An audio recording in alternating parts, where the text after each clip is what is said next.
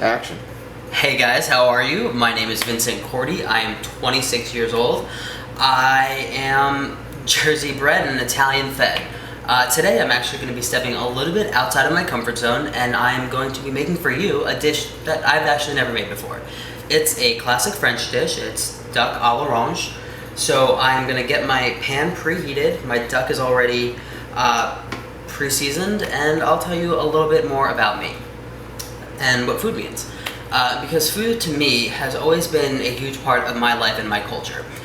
Growing up in an Italian household, it was part of us. Without fail, every Sunday we would go over Grandma's house, and it was that one thing that just brought everybody together. No matter what we were doing, we would check it at the door, and it just brought us together. We would get together and we would, gossip and stuff, and we would pass down traditions and customs, and it was the one thing. It was actually there that I learned the power of food, and what I loved about food is it's that one element that transcends culture and is a universal language that anybody can use to communicate. And as a teenager, I'm gonna get this duck in the pan. And as a teenager, I was, glued to the Food Network, and that's kind of really where my passion really came from, and kind of seeing the effect that food had on people through my family and stuff like that. I would watch all those shows, and on the Food Network, I would watch, Food 911 and Barefoot Contessa and not Giada De Laurentiis, Everyday Italian. I would always remember looking over my mom's shoulder when I was younger, and she was kind of one to never really let me cook because she never thought that I cleaned up to her standards. And you obviously know, as you get older, as you're younger, when you're told that you really can't do something, that just ignites that fire, that curiosity in you. So whenever she wasn't home, that's when I would go ahead and I would play with recipes. I would go in my pantry, I would check to see what we had, and I would try and throw something together. That's really kind of where my passion first began. And once I was able to drive, I would drive myself to and from the grocery store and kind of just play around, pick at stuff that I've never seen before, that I, have never used, and just play along with it. So this smells amazing, by the way. I wish you guys could be on this end of the camera and kind of smell what I'm smelling. But yeah, no, I am a very competitive person by nature. Growing up as a sibling of 3, there was always a sense of competition in the household between my brother and my sister. I always strived for perfection, and I always wanted to be the best. That was just me. Even when I play sports for fun with friends, if we're at the beach and we're playing beach volleyball, I hate to be on the losing end of the team. I hate losing. I probably took it a little bit more seriously than I should have, but that's just me. I don't like to lose. But yeah, no, I'm great in the kitchen.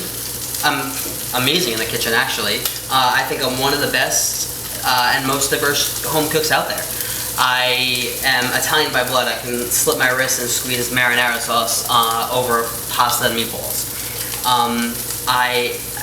Italian cuisine is obviously my forte, but I can cook so many different types. I can cook Mediterranean, I can cook Thai, I make a great Indian chicken curry, American cuisine, barbecue and Caribbean flavors I love. I'm also an amazing baker, so on a scale of 1 to 10, I'm pretty much as close to a 10 as you could possibly get. I'm gonna go ahead and check on this stuff because it looks like it's getting nice and brown for me on the skin side. A little bit more, let the fat render out a little bit. And cooking, like I said, has really always been a huge part of my life and culture. And it always will be. I find cooking to be very therapeutic and stress relieving. So even after a long day at work, coming home and just diving into my kitchen is a way for me to de-stress and relax. I mean, most people do that by, you know, just vegging out on the couch, and that's their form of relaxing. Mine is coming into the kitchen and creating something that I've never created and just playing around with what's in my fridge, or my pantry that day. Let me go ahead and give this a flip. Okay, ooh, and I got a nice beautiful brown color on that. And yeah, so I, you know, would come home after a stressful week and just get cooking, whether it be baking a cake or a cupcake, and doing that, I would then, you know, take it to the couch to relax. But the kitchen is really my zen, my therapy station, you know. So, but usually, typically, who I'm cooking for is my blog. I have a food blog. It's Kitchen Flames by Vincent James, me. So I'm usually cooking for that. I'm usually in the kitchen working up some, you know, content to throw up on my blog. I try to update it about twice a week, sometimes less, sometimes more than others. I also really love to entertain and show off my cooking, and show off my skills. I like to brag and boast to my friends. I like to be able to have them come over and get restaurant quality dishes without having to go to the restaurant. They're always so impressed with the dishes that I make, and especially with the way that I plate. And food is just such an experience. It's such a social experience that you can really bond with anybody over food, and that's what I love. I'm actually very well known through West Hollywood for throwing my annual anti-Valentine's Day party. It's actually one of the many parties that I throw throughout the year, but this has become an annual thing that I, you know, have singles over that don't really have anything to do on Valentine's Day, and we just get together and have a really good time. You know, complete with really creative names for the dishes, to, you know, inventive cocktails, and the night isn't complete until I read my thematic poem/toast that really gets the evening going. So this looks like it's almost finished. I'm going to go ahead and check this out. I might flip it over to brown a little more on the other side. Yeah. Let that render out a little bit more. Get that crust going.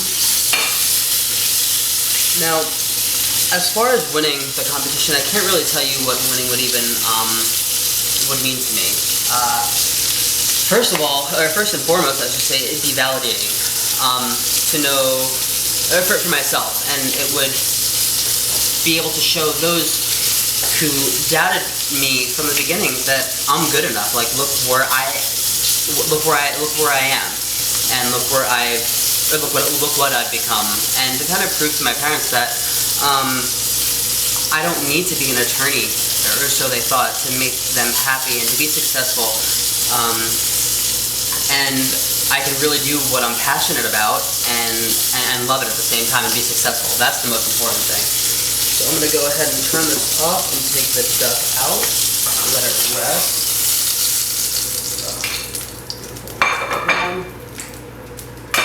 Get off the heat.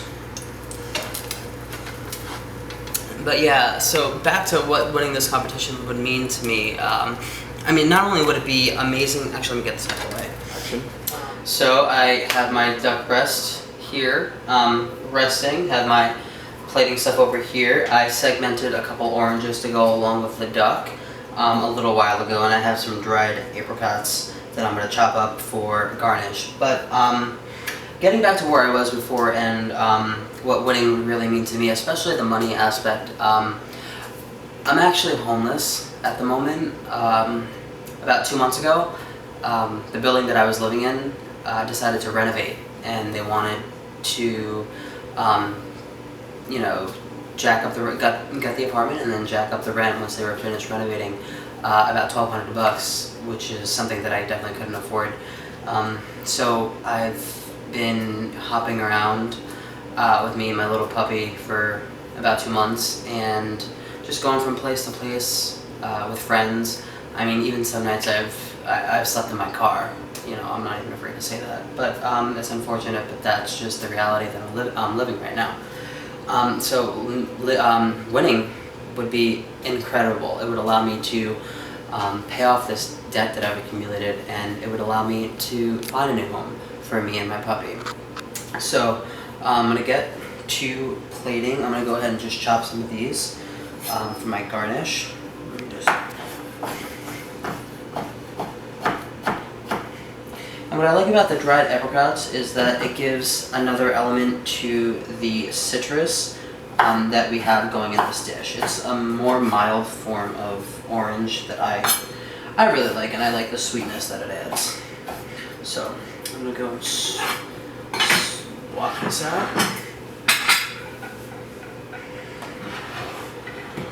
Put it over here.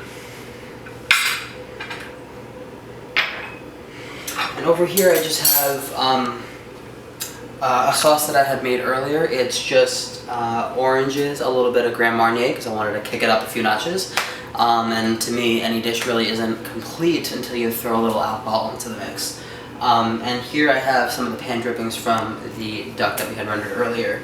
So I'm going to go ahead and design the plate. So let's go.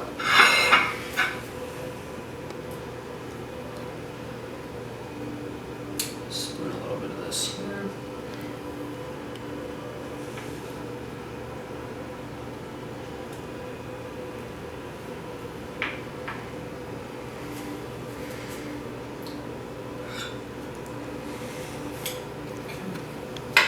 Go ahead and take my duck and rest that right over like so. I'm going to take a couple of my segmented oranges, place them strategically like this, fan out a nice. And this is kind of like my favorite part about cooking because it really allows me to express my creativity. When I plate, I like to obviously be very fun and fashion forward and avant-garde and give a really modern look to the plate. So I'm going to go ahead and clean it up a little bit.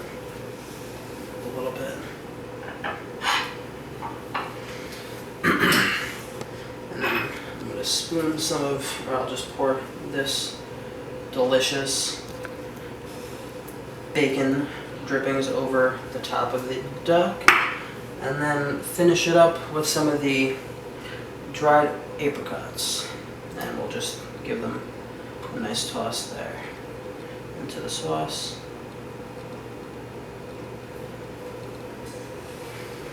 And there you have it. Duck à l'orange à la vanille. So that's me. That's my plate. I hope you enjoyed, and I hope you choose me for the show. Thank you.